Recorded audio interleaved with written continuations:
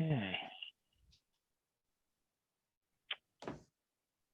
All right, good evening, everybody. Thank you very much for joining us for our 14th annual CIO Roundtable event. AITP Atlanta has been doing this for 14 years, and it's just been a marquee event for us. We really appreciate the time for that our panelists and moderator have volunteered to come and share some of their wisdom and experience with us. Tonight, we have Brent McDaniel from the Rawlings Group, John Budala of PowerPlan, Trey Keisler from GE Power, John Slaughter from Alliant Health Solutions, and our moderator, Miklos Rambis, President and Board of Directors member at Quero. Again, thank you very much for joining us and taking the time to share your thoughts with us. I just wanted to share a couple of things about AITP in general. AITP is a 100% volunteer and member-driven organization. The board of directors puts in a ton of effort. We're all volunteer. It's a labor of love. So I first wanted to thank the board of directors for AITP this year for putting in the effort to put this together.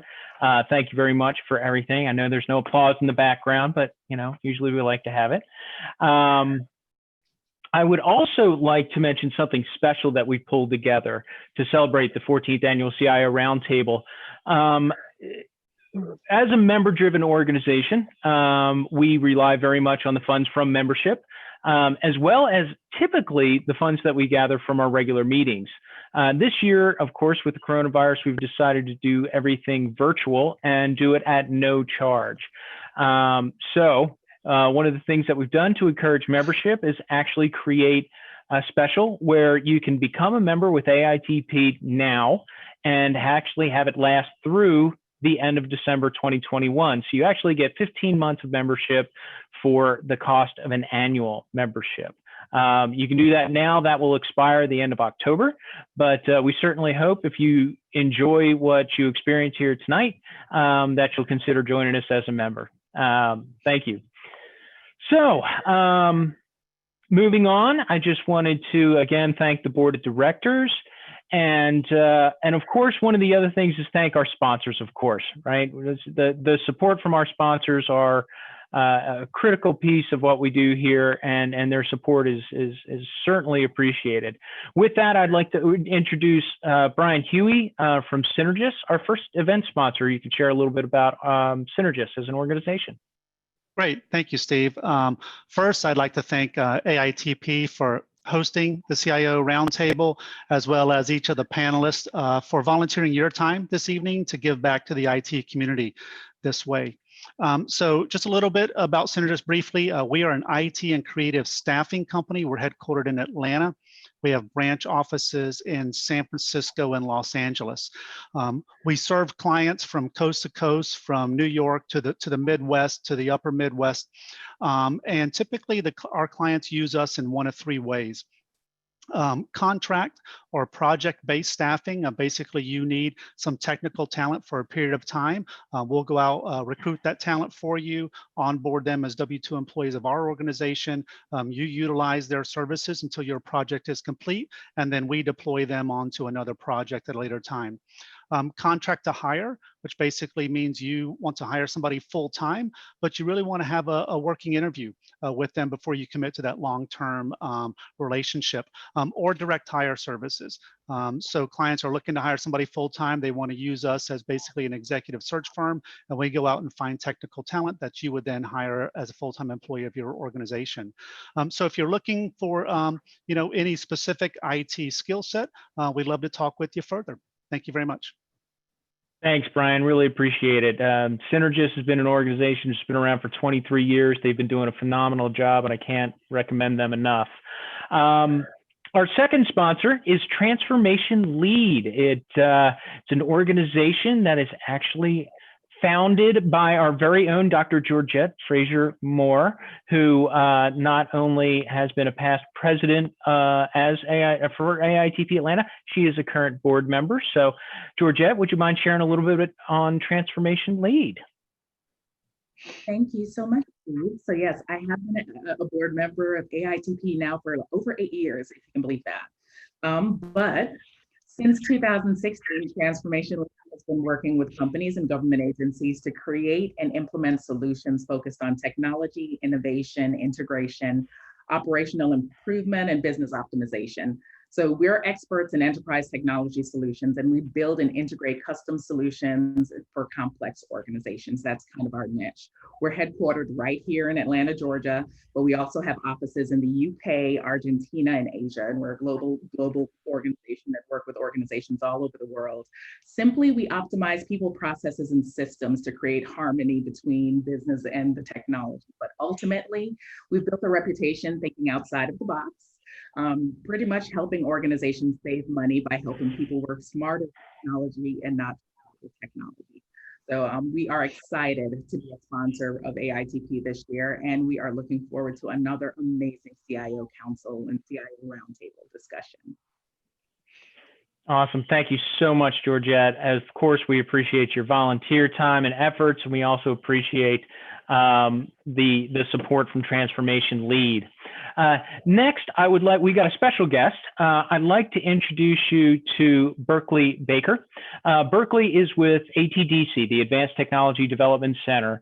AITP is cooperating with AITP and ATDC are cooperating together to do something new in the next coming months and hopefully for a long period of time.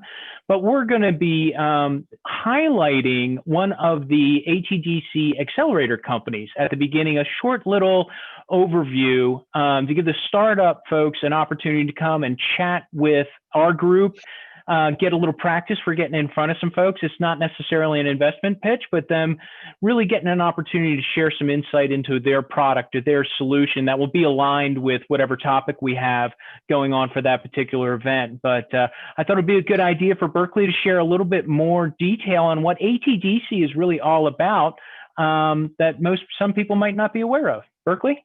Yes, Steve, I appreciate it. It's a pleasure for us to be here and participate in this was the first virtual, I guess, AITP conference of this magnitude, and so we're excited to participate in that. A little bit about ATDC. I mean, we've been around now going on 40 years. It's one of the oldest startup incubators in the country. We'll actually be celebrating our 40th year anniversary here in Atlanta.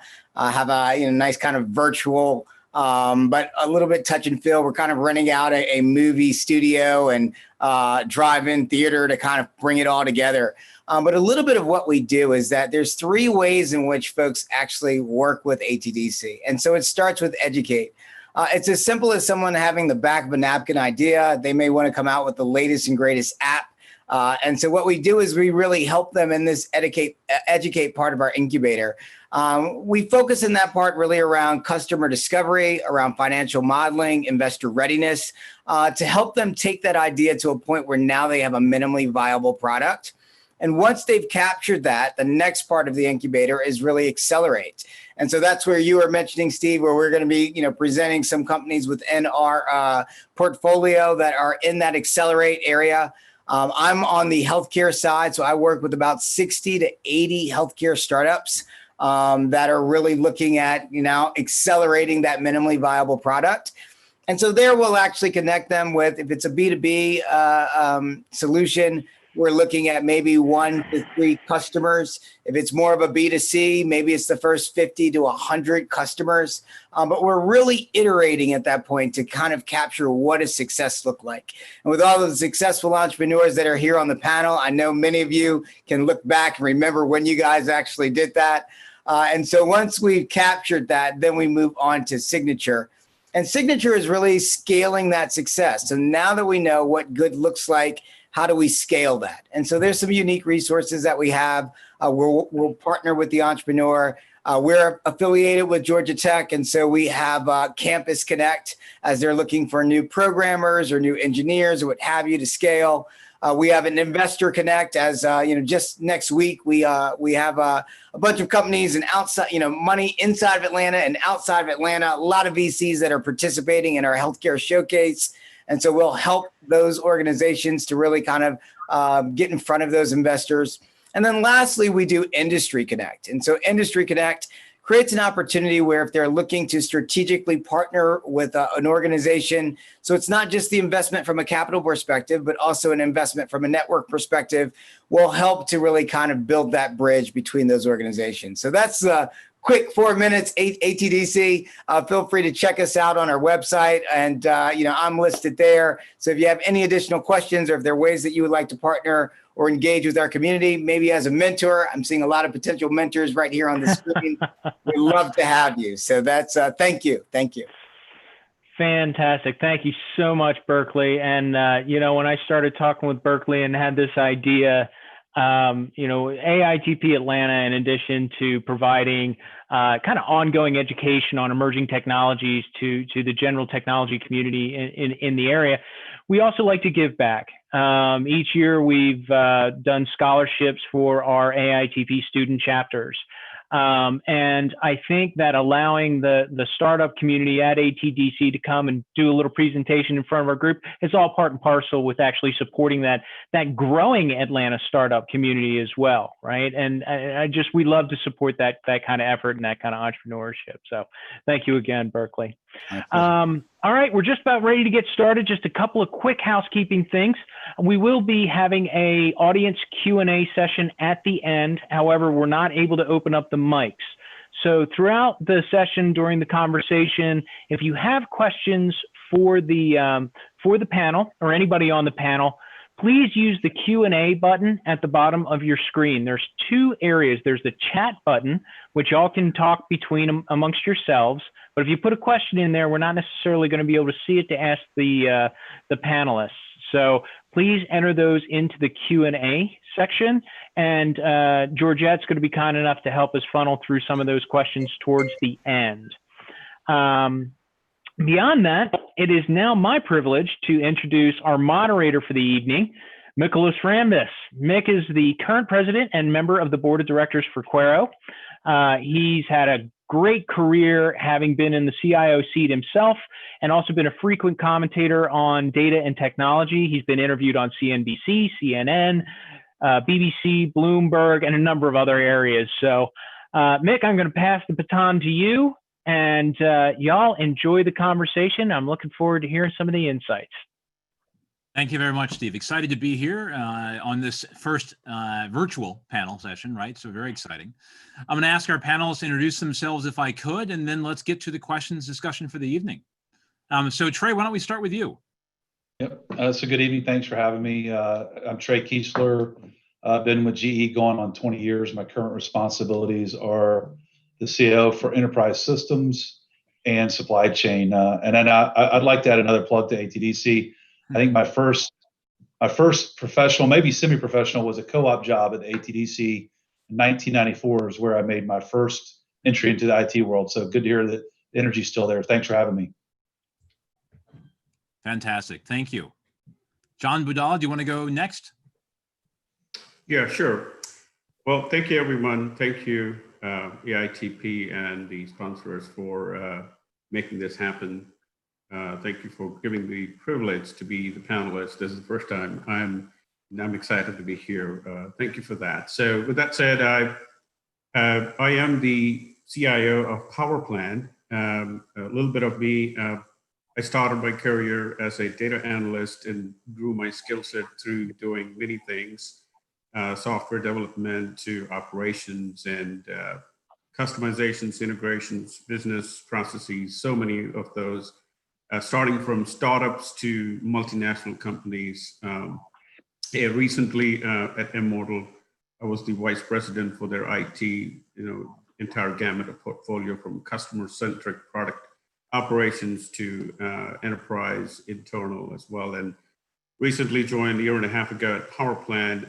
It's a local Atlanta-based company, but it's an international company. They are a niche market with an energy sector, oil and natural gas, and utilities. So we build products and services to the CFO offices of that sectors. And we specialize in building those and also delivering those within our cloud and so on. So I manage pretty much all of the portfolio from security, IT, cloud, enterprise, business development, R&D, all of that. So thank you for giving me the opportunity to be the panelist here. Fantastic. Thanks for being with us. John Slaughter, can I ask you to go next? Certainly. So good evening. I'm John Slaughter. I'm CIO for Alliant Health Solutions. We're based in Atlanta. Actually, we're coming on our 50th year of operations.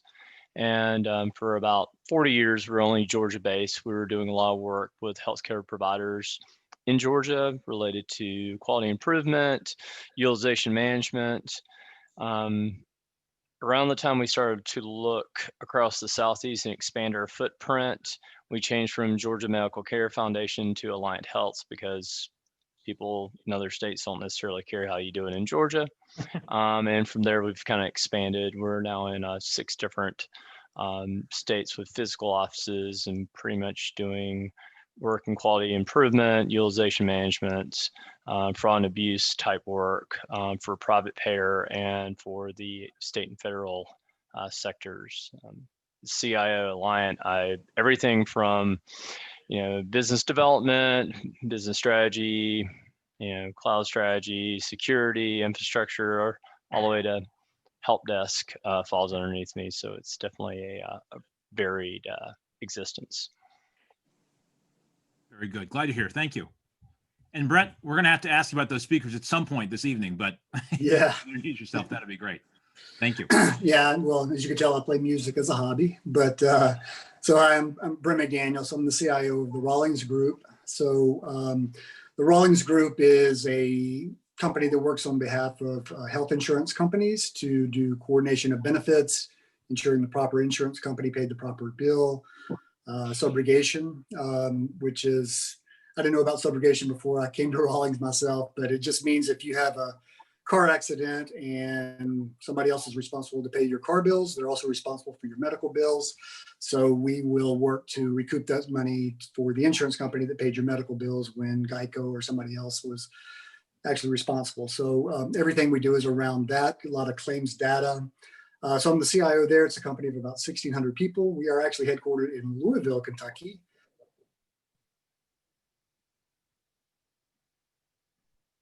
I think that was Spent most of my career in Atlanta. I did move to keep in touch with fine people at AITP like Steve. So anyway, so it's a company of about 1,600 people, nearly 175, nearly 200 people in IT and data mining groups. Uh-oh. So, all our jobs are around data. Yeah, we're getting tons of claims data from all these insurance companies. And I'm sorry, did I lose you? We're good now. Yep. We get in all this claims data and we mine that to find those cases. Prior to that, I was at a company called SciAx Health in Atlanta, where we did medical records retrieval, company of about 10,000 people or so. Prior to that, I was Halyard Health, which was a spinoff from Kimberly-Clark Healthcare, which was kind of a unique challenge of standing.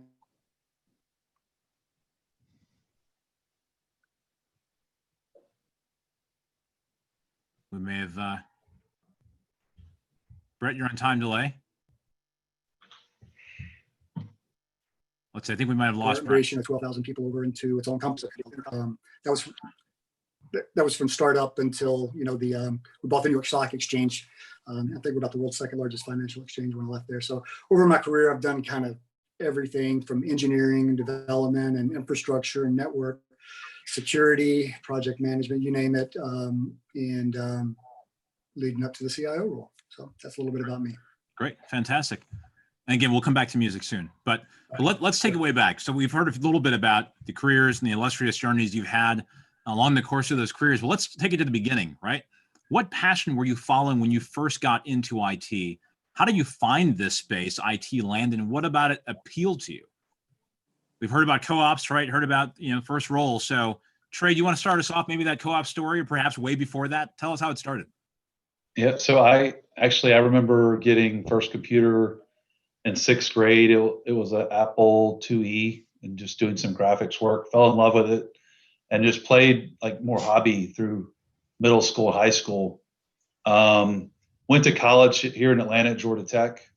I started thinking I was going to be a double E, and I got into the double E field, and then we were required to take a computer science course first computer science course. I was like, why am I fighting it still? Just switch into computer science and go do it. So I did that. And then after my co-op job, I was a programmer at the ATDC, and the rest is history. I didn't stick, the startup role was awesome, but for some reason, I wanted to go be a CIO. I don't know why, what made me want to do that. I then, after graduating, went to Price Waterhouse, did IT and management consulting. Thought it was going to be, very, very sexy being on the road, but I was just on the road to the same place every week. And then went back to internet startup and consulting. Actually went back to the ATDC for another startup during the .com era. After that, I landed at GE in 2001. And so I'm about to hit my 20th year with GE, and had various roles through an individual contributor in manufacturing, engineering, ran our controls business in Virginia, did supply chain work in aviation in Cincinnati, came back to Greenville to do renewables, and then got my first CIO job here in Atlanta as a field services CIO before taking my current position. So I think it started off really with, that first computer. Now looking back, everyone has a computer now. So I wonder why they're not more CIOs, but I think I just fell in love at an early age. Thanks, Mick. No, thank you. I remember my Commodore 64 and 2E as well, right? So yes. John Slaughter, how about you? How did it all start? Take us back. What was your story? Oh, well, actually, when I was a kid, I had a VIC-20. I wasn't cool enough to have a Commodore 64, but I always was interested in computers. Did a lot with them, but I started out. I actually have a degree in chemical engineering, and actually did all my pre-med work as well, because I thought I might want to do one of those two things. And when I was coming out of college, that was around the time the big six consultancies were talking to pretty much anyone that could spell IT. And I interviewed with some chemical companies, some oil companies, had a couple of job offers, but I was really intrigued by talking to Anderson Consulting, and said, well, I can try this out if I don't like this, because it sounds very varied, very a lot of variety. Like, if it doesn't work out, I can always fall back on chemical engineering, and did some traveling, a lot like what Trey said with Price Waterhouse, and wound up working for a couple of startups after that, where both here in Atlanta, and then one out of San Francisco, where I was doing a good bit of traveling, and that was great. But I did kind of miss being at home from time to time, and so I started basically wound up doing a couple of consultancies, and wound up at Georgia Medical Care Foundation to help with their application development. And after doing that, they're like, hey, why don't you take on infrastructure? Oh, great. Why don't you take on? So they kept adding, and pretty soon I became CIO. So I would say it was more of an accidental journey, just because at the heart of it, I really like problem solving, really like trying to figure out ways to apply what I've known, what I learned, and that's really been the center of being a CIO. Got it. Okay, great. So from the beginning to today, I'm going to pull us forward now to being a CIO, right? And so it sounds like a lot of people started with the passion around it, computer at home and so forth, just drew you to it, and maybe even fell in a little by accident, right? Somehow, got to the top, and we want to get into that too. What do you like best about it? What do you like least about being a CIO these days? Brett, let me start with you, please. Sure. So I think the best part about being a CIO, you go back to kind of the passion of getting into IT in the first place, and just solving problems, the ability to, just take things apart, figure out, always working on a solution, being a solution, kind of architect of different things. No matter what the situation arises, you have to be able to pivot on a dime anyway. So that problem solving, no matter if it was early days of being an engineer and you're working on some complex technical problem, or you're a CIO and you're working on some, some big business problem that we're facing, and we need to generate a new product or revenue stream, or whatever it may be, just a challenge in getting a product out the door. So all of those things, it's kind of the same thing. It's just a little bit different. It's why, I led into CIO, because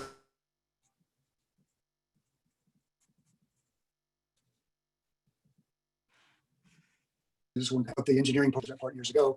And the thing that I love being an engineer and a problem solver is the same thing in a CIO. It's just the ability of being able to do it on a grander scale at a company level to make people's lives better, to improve, do the cool things that I like to do when I was an engineer, and try to stay away from less of the mundane things that people hated when you were a good technical person, or whatever it may be. So those kind of things, I've always kept that stuff in mind as I became a CIO. The thing that the satisfaction you get in getting something developed, seeing the joy in people, the pride that they take when they do something, it was their idea, and you help them see it to fruition, or got the obstacles out of the way, created the opportunities, etc. So those are all the fun things. The flip side of that is the things that get in the way of that, right? Sometimes just the obstacles of business, the obstacles of interpersonal communication, relationships, whatever it may be, can get into the way of that, or things that you've got to do because it's just part of the management that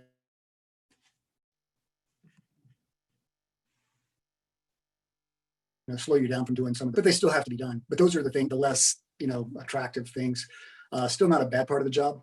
It's not like we're breaking our back in construction, all this out in the hot sun and that kind of thing. It's IT. It should be fun. So I try to keep that in mind as in everything I do, and that's kind of the approach I always take. Okay, very good. So balanced, it sounds like. How about anyone else on the best? I want to come back to on the least. What are the least fun parts of the job? Right. That's it. John, but all others. And this is a jump ball, right? For anyone to answer. What's the least favorite part about being a CIO? What's the one thing? So if I could leave that behind, I'd be happy to. I'll jump in. Please. It's interesting. I don't know if the other CIOs on the panel are experiencing this right now, but there's a positive and negative of COVID. I mean, I think we all like solving problems. I mean, shifting everybody to home, closing the books for the first quarter remotely. I mean, all that, getting collaboration tools set up, all good. But then in an environment where revenues are down for a lot of our providers and partners, I'm not going to name names. It feels like right now, a lot of our partners are coming to try to find revenue opportunities using contracts in ways I've never seen before. So it's really, it's almost a cannibalistic, predatory type environment from a provider. And I really, if there are partners out there, now's not the time. I look at a partnership as one where, times are good, both partners succeed. When times are bad, we both have to work through it together. And there's just part of it right now. I'm dealing with more with legal than I am with my business partners. Mm-hmm. Yep. Great point. Based on current environment, right? Absolutely. Yep. Anyone else? The least favorite thing you're dealing with about being a CIO? I think this is John here. I think the least, I guess, my struggle is how I use the best of the people, time, and funds that is available to me. You work with certain budget, but there's so much we have to do, and the constraints around that, and enabling that, and trying to drive that innovation, is that struggle, right? That's a learning thing for me. But that's especially here we are remote, everybody, and then we need to collaborate and try to take advantage of people's skill sets and minimize that skills gap and whatnot. The struggle is the constraints that are available through. I can't go and get 10 people at this point, right? So it's very, very difficult. So balancing act, struggling that is my least amount of thing as a CIO today. Yeah. Very kind. Yeah. The resource allocation challenge, right? Constant. Right. So, I've been asked to put in, as we go through this conversation, some lightning round questions, right? So this is really quick. As we're talking about best and least of a CIO, if you can just all share one word answer or 2 words if that's what describes it. But let me give you the first one. Other than a CIO, what profession would you like to attempt or to be, right? What would that be? So not the background, just, lightning round. I'm going to go just in order. John, I want to start with you, John Padella. If not a CIO, what would you be? Probably a CTO. It's still the technology. Got us. Okay, there we go. Trey, how about you? Brewmaster. Brewmaster. Love it. I'm coming to your house after. Okay, great. John Slaughter. Professional odds maker. Okay, great. And Brett, did we say musician or no? Yeah, I think you could see guitar player, rock and roll star, whatever you want to call it. That would be my other dream. Very good. But never paid any money. Sounds fun. Great. Okay. I guess I can go back and say I would like to be a race car driver. Look at my screen in the back. That's right. Is that one right behind you, right? Which yeah, team? There you go. Is that a team? Yeah, that's the Ferrari team. It's the record pit stop, 1.6 seconds. Very nice. Great. We'll have to talk offline about that one. It sounds good. Sure. So let me go back to CIO land and let me ask you about your role and sort of one of the strategic challenges. So how do you at your organization as a CIO connect innovation, strategy, and leadership, right? And if that's an answer broad, that's fine, about your team, talent, how you organize yourselves. Would love to hear that. And I've got an adjacent question about how much of that time spent on innovation R&D versus keeping the lights on. But first, just how do you manage and connect innovation strategy and leadership at your group? To jump ball, to anyone who wants to take that one first. This is Brent. I can jump in on that. What we do is at Rawlings, we have mostly proprietary software, mostly proprietary systems, a lot of homegrown applications, and most things are handled.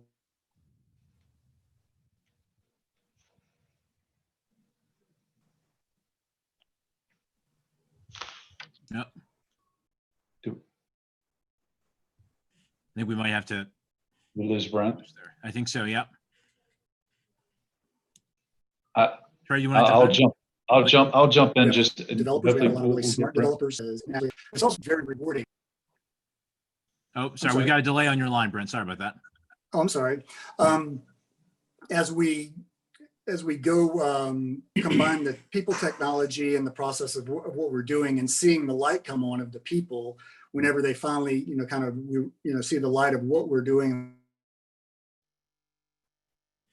trying to accomplish in the direction we're trying to go, that's rewarding, and then that kind of feeds upon itself.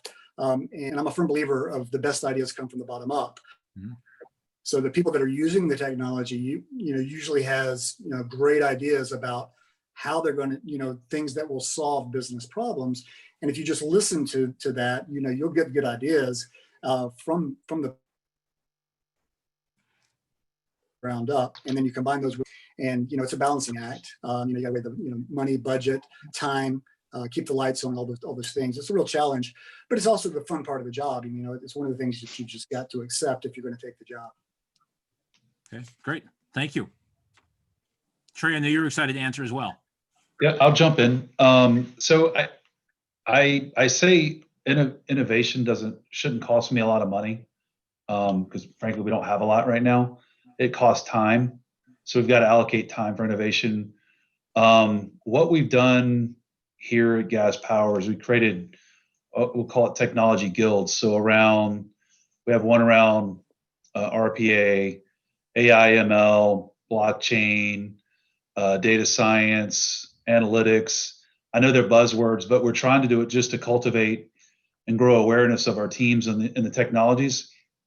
And how it applies to strategy is, I like to think about it is we want to keep our teams as sharp as we can around technology, but we want them to spend an equal amount of time learning the business functions and the business they support, so that using the lens that we bring as an IT organization, when they see business problems that can't be solved by traditional means with elbow grease and harder work, knowing that if they have the right skills and training, even if we allocate time to those guilds, they can apply technology when they see the business problem can be solved with that technology.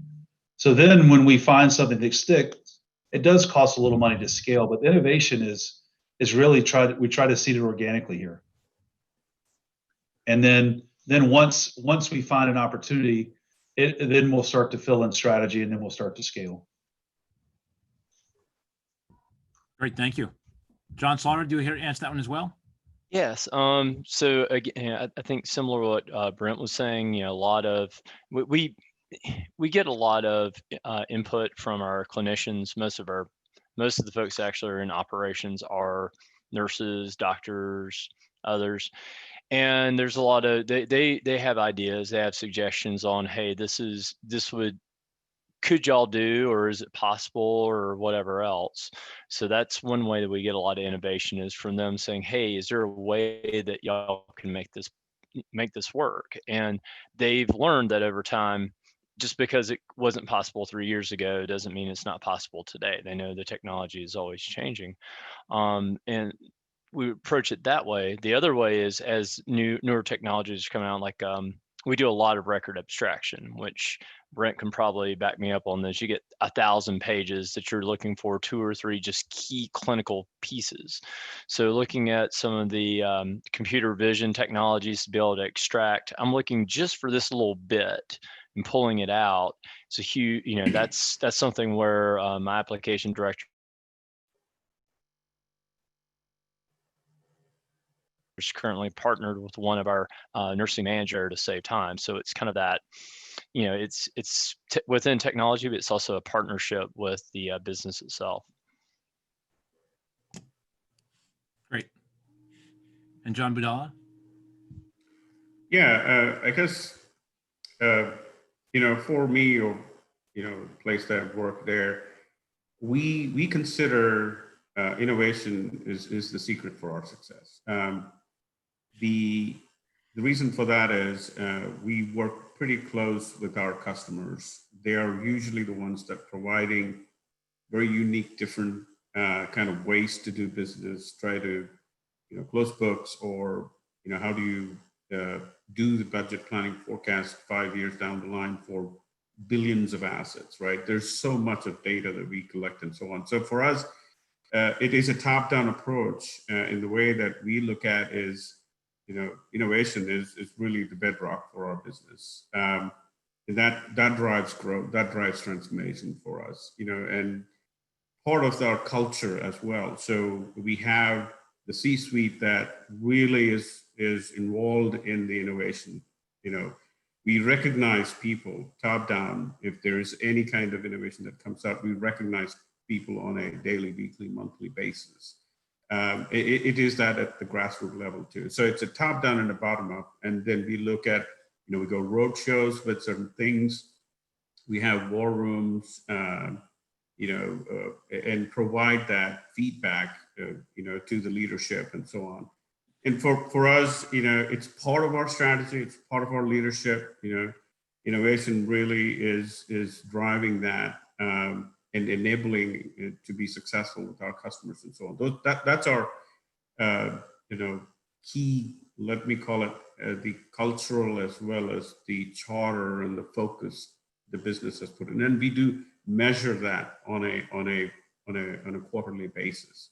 How are we doing in terms of innovation? How are we leveraging technology? How are we leveraging people, process, and technology? So that's how I look at it.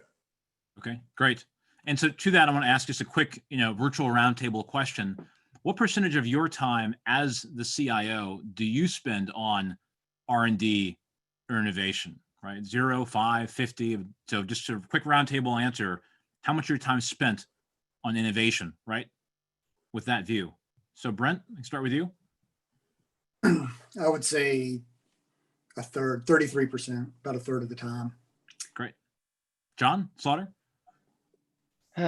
Probably around that 25, 30%, something like that. Right. Trey? I hate to say it, but I'm more in the 5% right now. I'm in pretty tactical world right now. Mm-hmm. And John Budala? Yeah, I think about 30 to 40% around integration and keep lights on, So that's a good balance in my opinion. I've been doing this for quite a bit, so. Got it. Okay, great. Thank you. So I want to take a question from the audience from Denise Rogers, who asked, what is the primary challenge you are currently facing as a leader in your organization? So I know the challenges are plural, endless, right? But what's the primary challenge you're facing as the CIO today in your organization? Anyone can begin. I'll jump in. It's not IT related. It's actually organization related. We've over the last 3 or 4 years in GE have had pretty struggle. You can go look at stock price and kind of see where we've been. We've lost a lot of people, and our organization through, I'll say I've had to downsize, has not been equal. And how do we get the right balance of leadership, middle managers, individual contributors, the folks that are actually doing the work? We're finding that we're not balanced right and not skilled right. So we're having to reskill folks and then rebalance our organization, which is frankly really tough right now in this environment. So it's not IT related, but and frankly, it's interesting. It's not problems that if you're trained as a computer science major, it's not something I can look up and go, oh, I can lean on something and go figure it out. So we're frankly struggling with it. But I think it's also a way to rethink about how do we want to be, instead of just going year over year cuts, go stop being reactive and be responsive. And that means being thoughtful about how we want to be to reinvigorate the function. But it's something that I think about literally every day, and I'm spending most of my time on right now. Understood. Others on that one? Just again, kind of following what Trey said, it's not really pure technology. It's more, it's trying to find the balance between what's urgent and what's really important. You could spend all of your time chasing little, just those little annoying things or little kind of distractions and never get anything substantial done. But if you don't take care of the squeaky wheels, you're not going to be in the CIO position very long. So trying to balance out, okay, what are the things that are going to make a difference in 18 months, 24 months? And what do I need to do to make sure things are still running? And that's always been a struggle or a balancing act. You've understood. John Budala, Brent? Yeah. Primary challenge, yeah. Yeah, the most primary challenge that I'm facing is really how I can, or IT can make our business effective with us all remote. Mm-hmm. How can we be more collaborative? How can we be more effective with our communication? What kind of privileges do they need or individuals need? And it's different when we are in a face-to-face scenario in a conference room and throwing ideas and sharing ideas. It's very difficult in a remote situation. So what tools should I give, or what tools do we need as a company so we could better collaborate, be better productive? It's always a difficult or challenging thing that I'm struggling at this point. Thank you. Brent, yeah, this is Brent. For me, I would say our biggest challenge right now is, so our company has 4 primary business units. So coming in, they all do very similar tasks. So we have a big, our strategy is to combine into an enterprise platform, mm-hmm. and also we're introducing an RPA program for robotics and all of that, as well as we have a lot of data scientists. So we have a lot of, we work in the margins. Basically, our company, we get all of you name an insurance company, we service them, mm-hmm. and we get their claims data, and we work in the margins to find the coordination of benefits on that data. So there's lots of opportunity in the insurance and the healthcare industry just for automation, robotics, anything that is a task, driven, or if this, then that situation is ripe for that kind of automation we're putting in place. So the biggest challenge I have right now is really working with my peers on the executive team, and they're in charge of their business, and they are trying to run their organization and trying to run their business unit, rightfully so. So I have to service their needs as we're moving along, which are big changes in and of themselves, while we engineer, we architect, design, develop, and deploy a combined enterprise platform for the entire company that still fits what's different about the different business units. And so just balancing that, as well as, some of the cultural change within the organization, is a real challenge. But that's the biggest, kind of thing to coordinate right now, getting deliverables on some of these big ticket items, as well as keeping the lights on with enhancement, bug fixes, small changes. That's always going to come up. We always have something that's, or if we do this, it's going to generate some revenue, next month or something. So we need to do that, or a client asks, right? And if a client asks, all bets are off. We service the client, and we put everything else on hold, which is, I think, a great, philosophy, but it does delay things for us sometimes because we get a lot of requests from clients. So just balancing all that and then, to get things done, keep people happy, engaged, and motivated around these changes. That's really the biggest challenge for us right now, and that'll probably always be like that. But that's the biggest. Thank you for that. Thank you, everyone. So let's turn toward COVID for a minute, right? Let's talk about the work environment. When this is all over, substantially reduced, what do you think the workplace is going to look like at your organizations? What about your team in particular? How do you look at remote work, or your organization's policy around remote? What is that going to look like when this is all hopefully said and done? John Slaughter, let's start with you. Sure. So organizationally, we had done a good bit of teleworking before. Most folks on my team were a couple of days a week.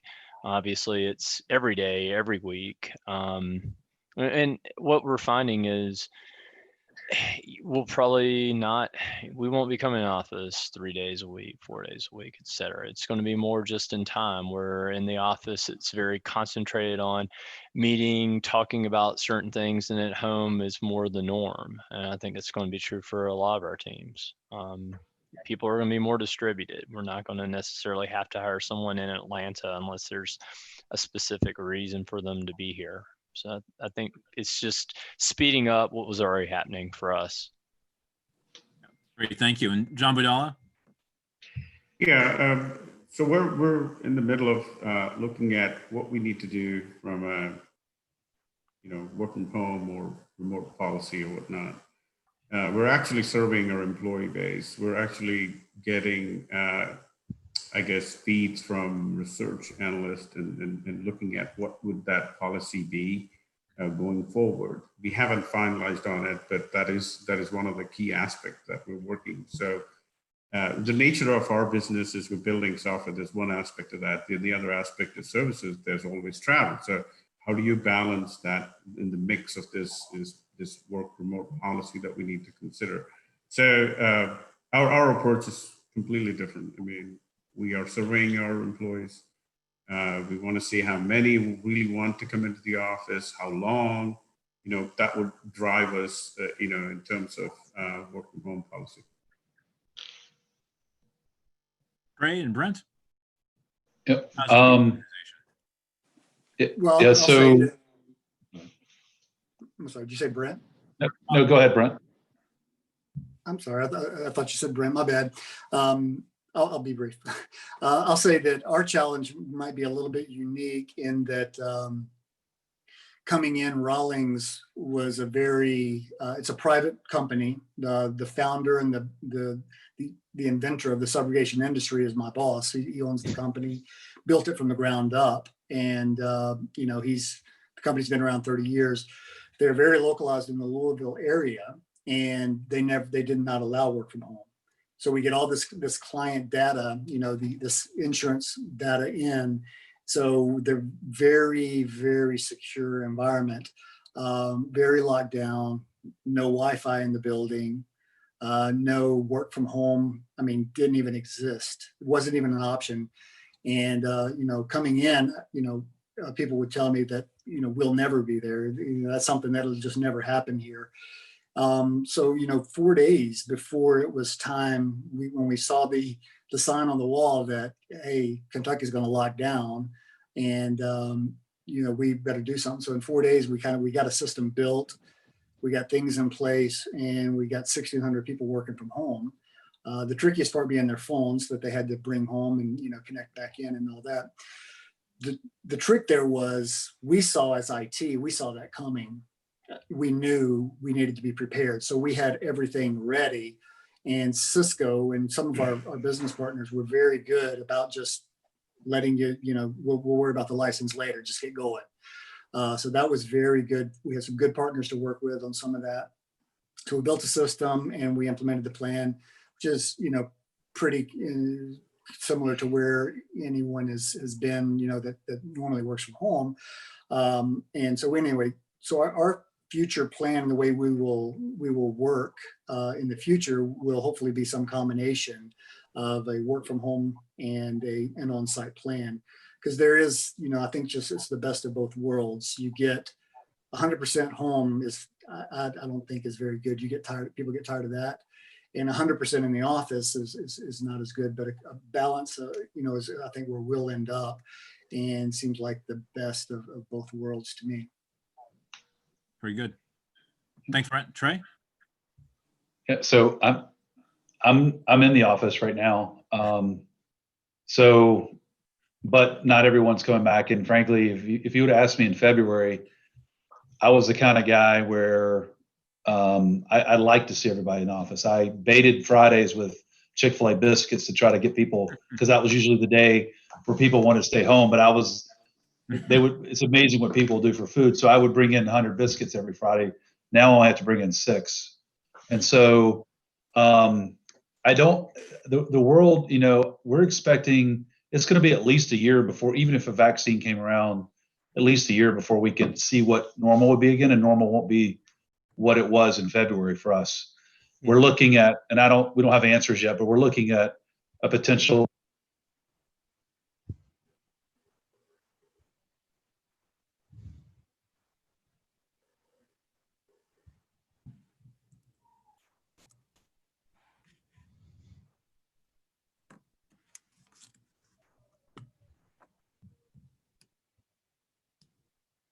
Oh, Trey, did we lose you? I think you went on mute. Can anyone else hear me? Yep. Yeah. Okay. I hear you. Trey, are you back? I'm back. Sorry. Oh, there we go. Okay, great. So sorry about that. What I was saying is, when we left February, I don't expect the volume to ever come back. So we're going to have to evaluate the commercial space that we have. But we just came up in the last couple of weeks. What does a remote work from home package look like? I mean, because there's new employees coming in the system. So what happens with a new employee now? We have a standard offering of what are they going to get at their house? What does a computer look like? Do we give them office furniture? Do we give them a desk, a chair? So we're just coming out with that now, but we're never I don't see us ever getting back to the size and number of people coming in. We're less than 1/10 coming in now, even with pretty safe protocols. I mean, we get temperature scan on the way in. The second I leave my office, I'm masking everywhere in public spaces. There's no touching of doors. They're all open now. So but I expect it's gonna change the way we work forever. We'll never get back to where we were in February. Not at GE. Yeah, certainly seems that way for most enterprises, right? Yeah. So you mentioned new employees, and by the way, there's a lot of great questions from the audience. I'm going to try to go through as many as we can. But let's talk about talent, right? You mentioned new people joining the organization. Let's talk about new folks, retaining employees. What do you do to retain employees in general? And has that changed as a result of, let's call it COVID, remote work, right? Being virtual, being in other states, not being in person. So let's talk about retention for a minute, because so many folks in the profession change jobs often. How do you do it? Yep. And how do you do it now in COVID and beyond? I can keep going. Please, Trey, you're on a roll. Please go ahead. Yeah. Okay. I mean, no problem. So I'm going to start with the new employee because there's a lot packed in that question, and there's a retention. So the best example I have in recent couple months is internships. We still went through summer interns, and I was worried about how do you onboard them, how do you get them effective for such a short period of time. But we had 2 ladies in India already remote.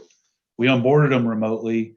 They worked in our materials management space, which is one of the more intellectual, most complex areas of supply chain, where they're trying to figure out how we net, demand and supply for our products. And it was a phenomenal rotation. It takes a lot more time of their assignment leaders to onboard, so we just got to plan on that.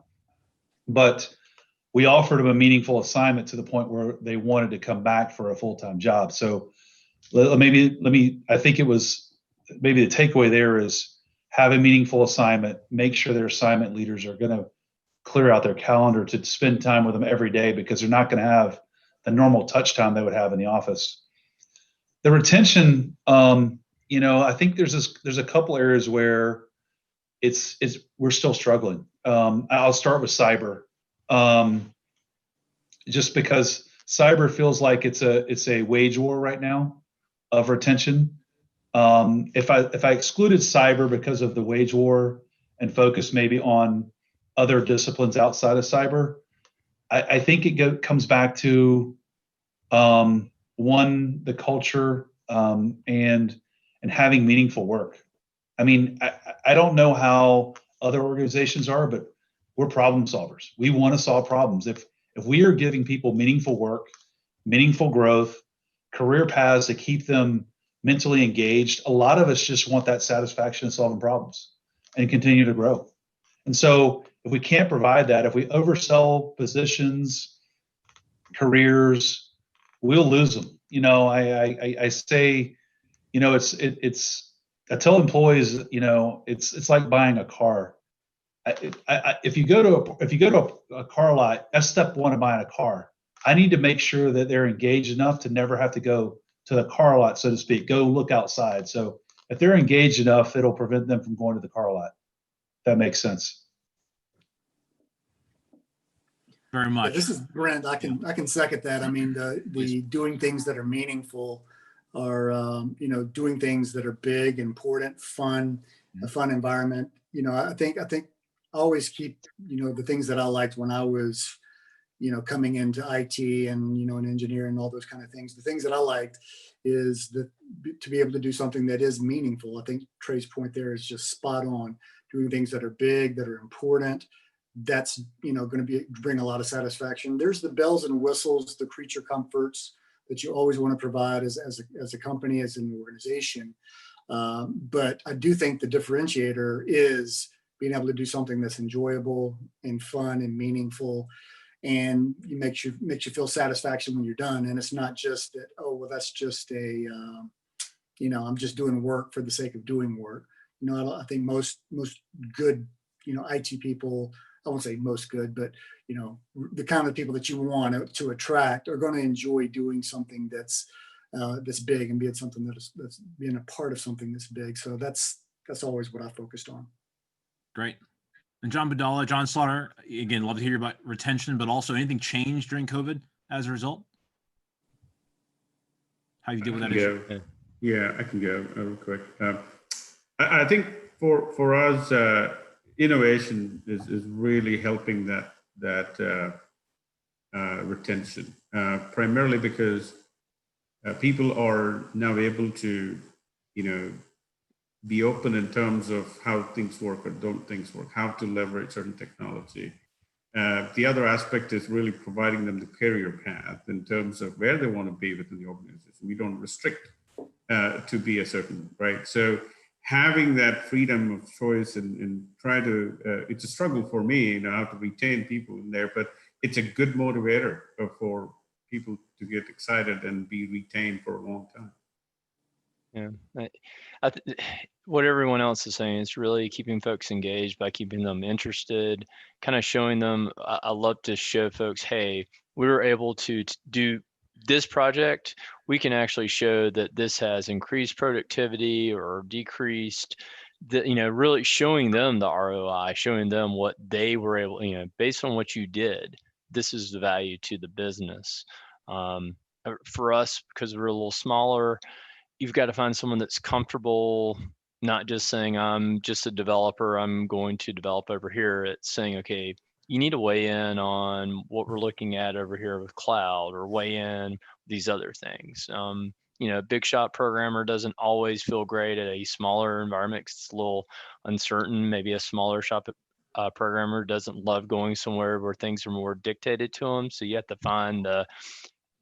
have to look at that kind of cultural fit when you bring folks in to make sure they understand what they're getting into. I think if I can add a little bit there, I mean, just to touch on what you were saying, one of the things that I've always kind of believed in my head too is trying to have all of our technical people to understand what we do as a company, what we do as a business, where they fit in the organization and the things they do, the impact they have. And that if they're doing something exactly a certain way and they go to another company and they do exactly the same job, exactly the same way, and that's kind of a commodity. Mm-hmm. That's exactly how you would describe a commodity. It's blind. It can just be anything that's, and being from a commodity exchange in my past, I guess, you know a little bit. But anyway, so you want to do something to differentiate yourself. So going back to, I think what the whole panel's saying is I think that keeps people engaged, makes people want to work there, and it's always the goal that I always try to have. Great. Thank you, everyone. So I'm going to ask another lightning round question. This one, instead of a word, we've got a sentence, right? But if I could ask you, what's the one thing that always puts a smile on your face while at work, whether in the office or virtually home office, right? But what's the thing about work that puts a smile on your face? Trey, you're nodding first. I'll ask you first. When I get an unsolicited email from a business partner about how great a job someone on my team did. When someone just took the time to recognize the value they delivered without without knowing how much they did for that employee, because I'll pass it on. I love those unsolicited emails. Great, absolutely. For me, it is if they recognize my team, no matter wherever department, right? It's great. That's about it. It makes me smile. That means I'm doing a good job. Fabulous. Yeah, what they said, you generally, people are quick to beat down a path to your door sometimes when there's a problem, but when someone takes the time to say, I really appreciate what this person did, it's really great, because it means a lot. You can tell them how good they're doing, but if someone else took the time, it really, you can watch them elevate. Great. Yeah. And I would just say, that's definitely great when that happens. But I would say another thing that puts a smile. I've been at the Rollins company for 1 year, so I'm still implementing things that, and some changes we want to do. What puts a smile on my face sometimes is when I can see in somebody else that they get it. They get what we're trying to do. The light has come on a little bit, and they're like, okay, I see the direction we're going and what we're trying to do. So that puts a big smile as well. Great, fantastic. Okay, sounds good. So let's switch gears a little bit and let's talk about CIO skills, right? And what it takes to be a CIO here in 2020 in this world, in this environment. So I'd love to ask, and we'll answer some of the questions from the audience as well. But what are the top skills required to be a CIO in 2020? Top 1, top 2, maybe top 3. But what's your list, right, that you can share with us today? Well, a lot of head scratching. Brent, I can jump in. Yeah. This is Brent. I can jump in real quick. I think the biggest challenge is you got to know everything. You've got every aspect of the company flows through IT in some form or fashion.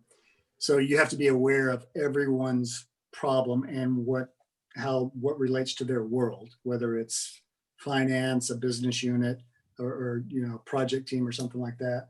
So I think you have to be able to know a little bit, maybe not the depth. You have your team and they'll know the depth, but you have to be versed in every aspect of everything about the company. So I think that, and then balancing the relationships with the executive team, and balancing that and getting change done, because everyone loves change until it hits them, right?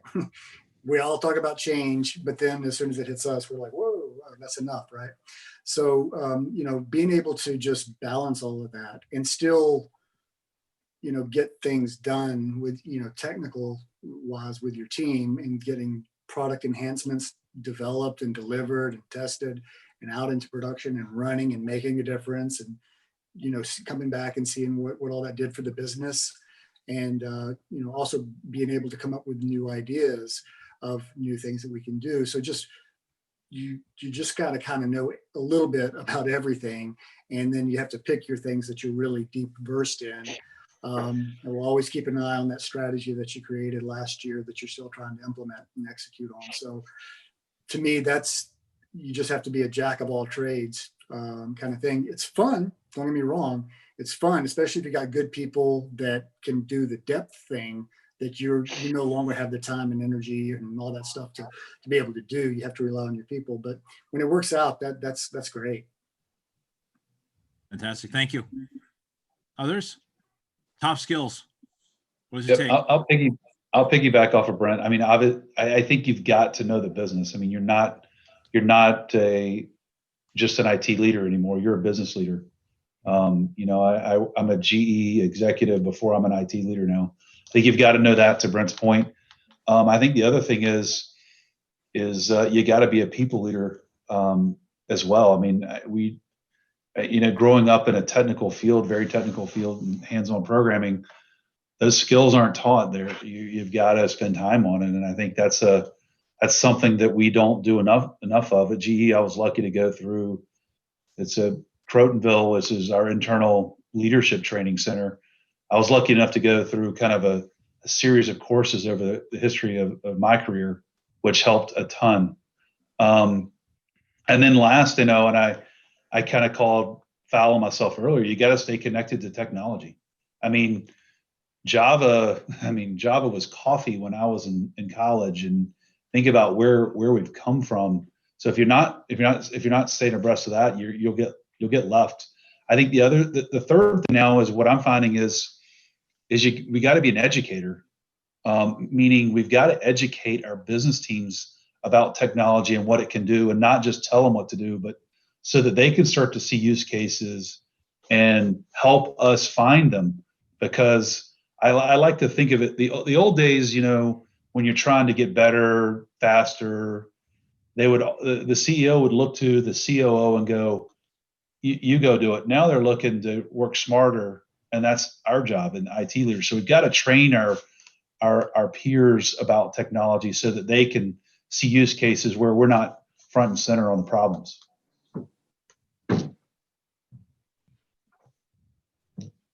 Anything else we haven't? That's a lot. What else haven't we covered? That's needed to be a CIO these days. No, okay, it's a pretty good list. That's what they said. Indeed. So then how do you get there? Clearly by experience. Do you also invest in yourself? You mentioned the GE training program. There's, executive education programs. How do you hone these skills outside of the office? Do you invest in yourself? Would you advise others who are aspiring CIOs or current CIOs to invest in themselves? What advice can you give? I would say, just from investing in yourself, that kind of curiosity to you may not, I'll never do anything with Python in the business, but do I goof around with it? Absolutely, because it kind of makes me think in a different way. Or I may read something about, applying AI towards, healthcare. You have to keep reading. You have to keep those kind of pathways going so that you're just able to continue down that kind of generalist path, like Brent was saying. I mean, you've got to be able to go in a lot of different directions. And that's on top of the, the soft skills, the ability to learning proper communications. I mean, I was so horrible at presenting when I was with Anderson. They sent me to like a 3-day presentation class because I couldn't stand still.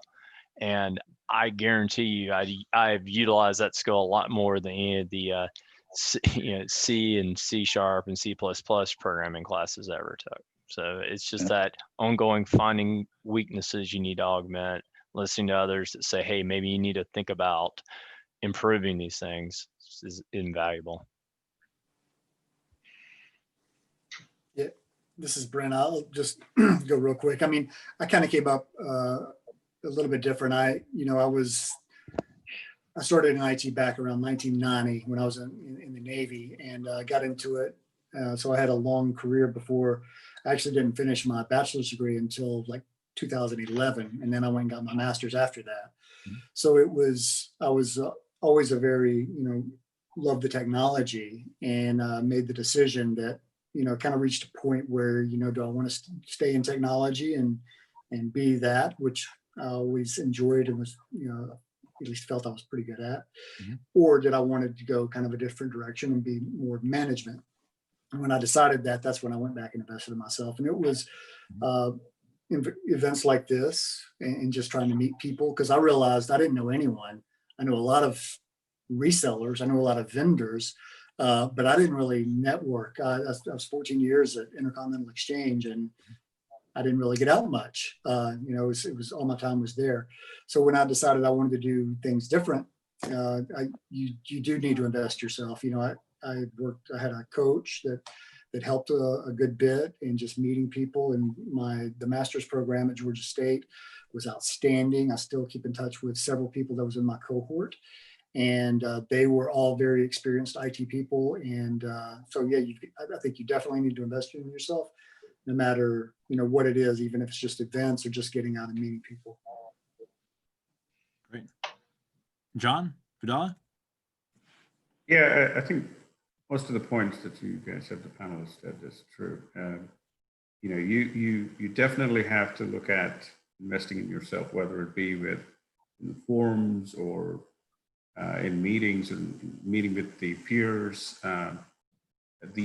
The other aspect I feel is building those relationships. Whether it be your peers or execs or your team, really help that drive. Because there's ideas, there's innovation, there's creativity that comes out. You're not the smartest person, but if you're with the smartest person, you're an enabler, right? So those are certain key things that I feel helps you to be ahead, keep up your skills, so to speak. Great. So I'll admit I once took an acting class to hone my speaking skills, if you can believe that. We can talk about that offline. That was it. Method acting at NYU. So lightning round question, if I could ask everyone, and this is going to be a little bit, again, elongated, you'll find. There's a bit of a backstory, so I'll ask for the short version of the backstory. Who's the most influential person in your life who's not a relative? Your spouse? That counts for Abigail, yeah. Beyond.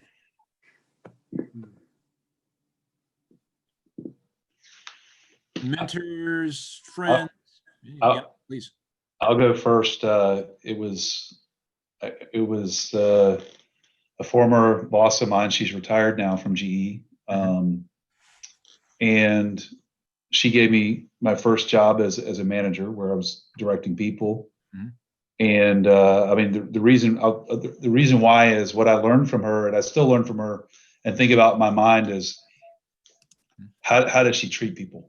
Like, how does she lead and treat people? And when I think about, how do I get better? I think about situations in the past where, like, how does she do things? Like a tough meeting where that it's a very contentious discussion is going to happen between, quote, internal political rivals. How did she calm the atmosphere about getting them off their game because they're trying to, just the subtle things that she did around managing and leading people is still influences me today.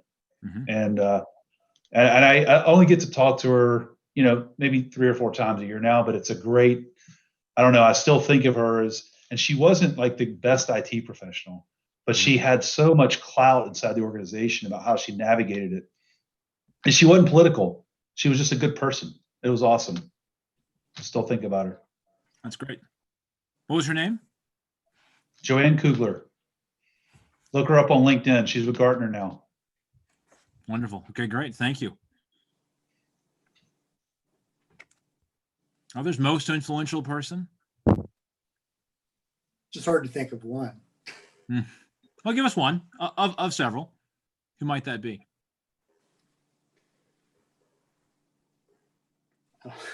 All right. Actually, I have one. He's not.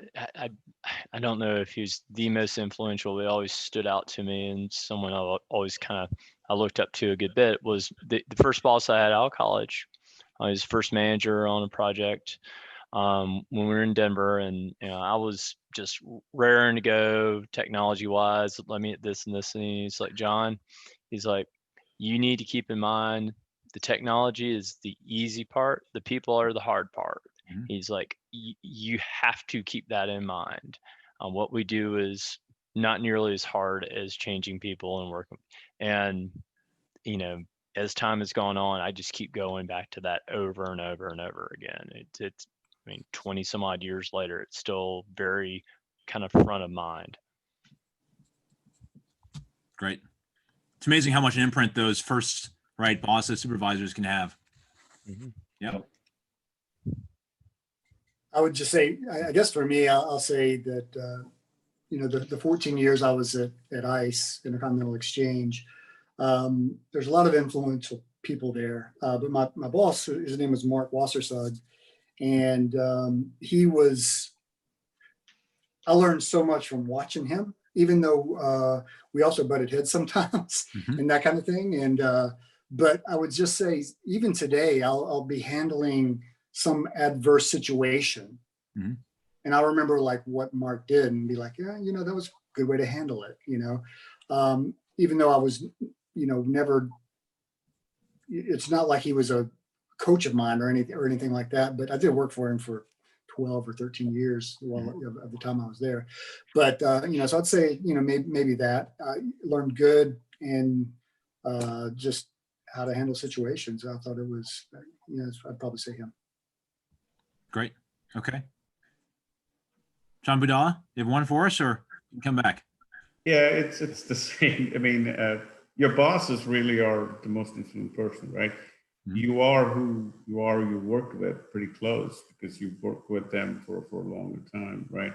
Your mm-hmm. first bosses, you know, that helped you influence in the way you make your decisions, the way you react with, the way you treat people, the way you know, motivate people. There's so much that you have learned through that. You know, you come fresh on the boat, then you're leaning on somebody that's your boss, right? So.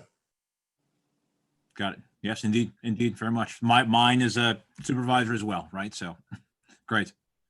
So we don't have much time left, but I want to cover just one remaining topic, and that is your collaboration with your C-suite peers, right? So lots of conversation around how to manage teams and other parts of the organization. But let's talk about those people who you're in the trenches with, if you will, the chief data officer, the CMO, right? COOs, CPO, and the like, right? So how does your collaboration work with those individuals? And can you share any you know, tips, tricks, ways to be most successful with those folks?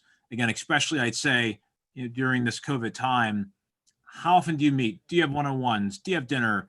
How do you get to know them best? Again, anything you can share about how to collaborate and really, right, you know, manage those relationships with your CXO peers. All of the above. Or where to start? Where to start? Yeah, we have weekly meetings with execs. We bring up topics and we brainstorm. It's a committee. I have one-on-ones with them on a weekly basis. We go out dinners. We hang out with each other after work. I mean, there's so many things that we do to make sure foster those relationships. And and align it. I mean, that's the key thing. Most of the alignment happens after work, not during the work. You know, we say, oh, we need to do this. This is sort of helping or hurting us. You know, how can we work together? You know, those are just informal conversations that help foster, build those, and be successful at building those collaborations and relationships. Yeah, I'd say part of it is getting that relationship so that you want to be the person that your peers call when they have a problem and they need help. Not you want to be the first resort, not necessarily the last resort that they have to go to. So you need to, there's some, there's some favor swapping, there's some just understanding what their pain points are, how you can help, and, just having that kind of relationship, and it just takes some time and establishing some trust with them as you go. Mm-hmm. Has anyone had to do that during COVID? I mean, how has it changed, if at all, when it's like this most of the time? During COVID, when I would say the senior execs went home, officers went home, and they're used to getting like VIP support.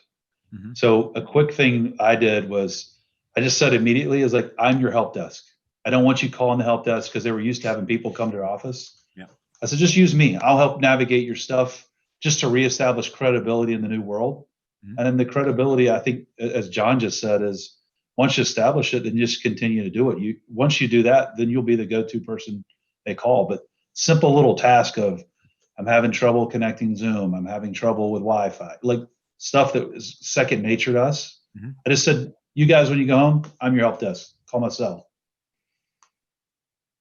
I would say for us, I've been in the office every day since the pandemic, so we never went home, the executive team. So we were able to keep 10% of the company in to support the work from home. So what was really good for me personally coming in. I'd only been at the company about 6 months when the pandemic hit, and we had to switch to work from home. And we met as an executive team every morning at 7:30. And so we had an executive meeting every day for months. And that was very invaluable. And I think we established some bonds there during that time. Mm-hmm. And also the ability for IT to support the company and keep the company running when, we didn't even do work from home before and all that. There was a lot of credibility that was built up, which allowed for, things down the road to be able to get in other things you want to do. So I think for me and the executive team also at Rawlings has been there for a while, and I was the new guy coming in, and they've been just great, very helpful, and I couldn't ask for a better group of people to work with and teach me about the business and the things that, they've been there 15, 20 years. They know it through and through, and to be patient with someone like me coming in, and I think the pandemic actually helped that. If it helped, nothing else, but it helped that relationship building among the team. Got it. Great. So I'm looking at our clock and know we have just a few more minutes. In fact, we're just slightly over. So I'm going to ask, one last lightning round question. I promise this one's a few words response tops. So I'll tell you in advance. It's the movie, if it were made about you, or your favorite movie, the easy out, what would that movie be? Consider this a conversation starter, right? We're here for sharing, but also for networking. So folks might reach out to you after. So this might be that conversation starter. So our favorite movie, or the movie that would be made about you, representing kind of your story, what would that be? I'll come to that in just a second, but I'll summarize the conversation this evening by saying it sounds like what I've learned and taken away from the CIOs tonight is the nuance of managing people up, down, and across is foundational, right, to what CIOs do. That's extremely important. It sounds like I've heard, always be innovating, always find ways to do that within an enterprise, regardless of the challenges of the job. And clearly, buy a lot of Chick-fil-A. That's the other thing I've learned tonight. So on that, let's go. Last question, conversation starter for the next time. Your favorite movie or the one that best depicts your story? Favorite movies, Empire Strikes Back. Ah, very good. Okay. We got to ask why that one versus the others, but we'll come to that next time we talk. Great. All right. Anybody else? Braveheart, but I just don't like the ending. Indeed. I'll tell you why later. Very good. Thank you. John Budala? I'm still thinking. I don't have an answer. Sorry. I'm thinking Driven or something like that, maybe, but maybe not. I don't know. No. You know, Ford versus Ferrari. I mean, that's number one. I love it. Yeah, that's a good movie. Yeah, that's a great movie. I'm just losing the name where Hunt and I can't remember his name. That movie was awesome as well. It's not Driven, but anyway, lost the name. No worries. No, we'll have that conversation. And Brent? I'd say for me, it's got to be a toss-up between either like Monty Python, The Holy Grail, or Office Space, right? I can quote almost everything in that movie, right? So there's a ton, but you know, those movies are great. Very good. Fabulous. Thank you for that. Appreciate it. It's been a pleasure. I'm going to pass it back to Steve now, but thank you again for having me be part. This was fantastic, though. Thanks again for your time this evening. This has been great. Thank you. Excellent. Thank you. Yeah. Thank you so much. Again, fantastic insight and information. By the way, personally probably would have gone with Raiders of the Lost Ark as the absolute all-time, all-around best movie, but that's me. Thank you, gentlemen, again for your insight and your expertise. The education that everybody got on here is really what AITP is all about. John, I loved your comment that you made that, you know, one of the things that CIOs need to do is continually be learning. And that is one of the things that is really a hallmark of AITP Atlanta. We have monthly meetings. We really hold it on emerging technologies. This year we've had it on AI ops. We had it on data science. We just did a roll on blockchain. Next month, we're going to be having one on digital privacy and cybersecurity, more of what we can do as individuals as we're living our digital lives at home through the whole COVID area. So it's, you know, I hope that the folks who've experienced AITP for the first time will consider being a member and joining us again. For now, everything's virtual, everything's at no cost, but the collaboration and the networking is a big piece of what we do too. So knock on wood, we're going to get back to actually being in a room like I have behind me and actually shaking hands and networking, getting to know one another again sooner than later. Yeah, thank you again. Don't forget about the discount for membership. And again, John, Trey, Brent, John Abdallah, and Mick, thank you again for your time. Greatly appreciate it. Y'all have a wonderful night. And we look forward to talking to you again soon. Don't be strangers. Thanks for having us. Thank you. Thank you. Thank you. Thank you. Thanks, y'all. Yeah.